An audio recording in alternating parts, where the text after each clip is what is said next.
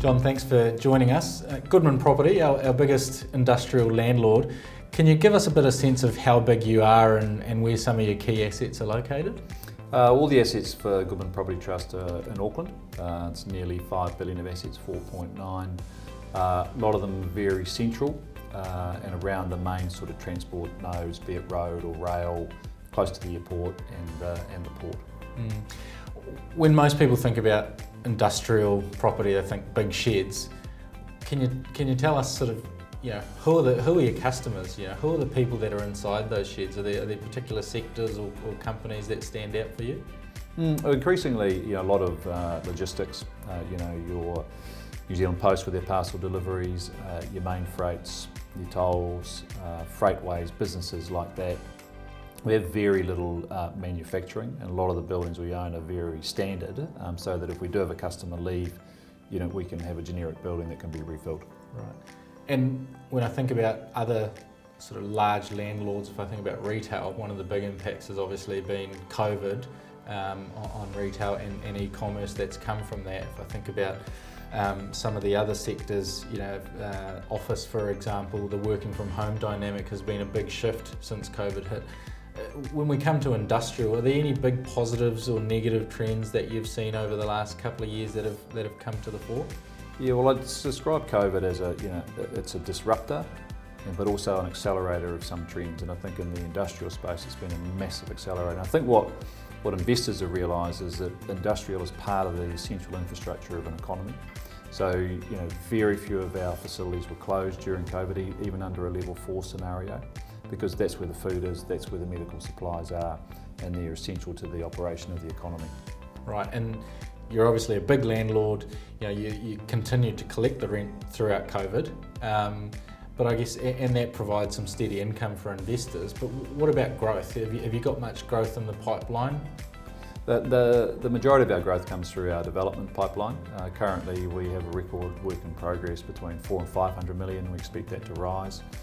And that's very, very high quality developments with the likes of your New Zealand Post, your main freights, those types of businesses that have accelerated through COVID. And then within the broader pipeline, we'd have another 1 billion of opportunities. And I guess in some sense, Goodman isn't that different to a lot of New Zealand households. You've got debt, households have mortgages, you've got debt. Interest rates are going up. So what does that mean for you? Are you seeing your mortgage effectively costs go up? And how do you manage some of that risk? And how big is your mortgage relative to some of your peers? We've always run a very low level of leverage. I suspect we've probably got the lowest in the sector. It's in the low 20%. So I think that's the first thing. Yes, we have a mortgage, but it's a smaller one. Mm-hmm. Interest rates clearly are going up. We've hedged that probably for the next couple of years, but we're not immune to it, right? So we are going to incur some costs. On the other side, you've got very, very strong, in fact, record rental growth happening across the industrial sector, which softens that blow somewhat. And we're hearing a lot about automation. Whether it's because of labour cost pressures and so forth, we're seeing companies try and automate, try and reduce their cost to serve. So, are you seeing that across some of your customers, and does that have any ramifications for you as a landlord? What we're seeing is that customers want very, very high quality buildings. There's a lot of focus on things like making sure your floor loadings are very strong, your floors are very flat, so the automation equipment, which is often very precise, works. The other thematic that's coming through is that those customers are investing a lot more in the building than they ever used to, and as a consequence they're signing up for much longer leases. And thinking about some of those other themes, we hear a lot about sustainability from lots of companies. So are your tenants demanding the same from you, and are you able to meet those demands? Yes, they are, and in terms of the development space, we've made a commitment that all of our new developments will be carbon neutral. So we're reducing the carbon in the materials where we can through better materials. Where we can't, we're offsetting that carbon through offsets. And then from an operational point of view, we've been carbon neutral for a couple of years. So customers absolutely want to see that. And at a practical level, that's things like solar power, recycling your rainwater, more and more EV chargers, better biodiversity around your parks, all those sorts of things which we're spending a lot of money on. Sure. And finally, I think there's a couple of hundred assets that you've got around Auckland in terms of industrial property. is there one that stands out as a favourite? Do you have a favourite child amongst them? A favourite child? Oh well, I mean Highbrook is a very unique asset. It's around half of our asset base in Auckland.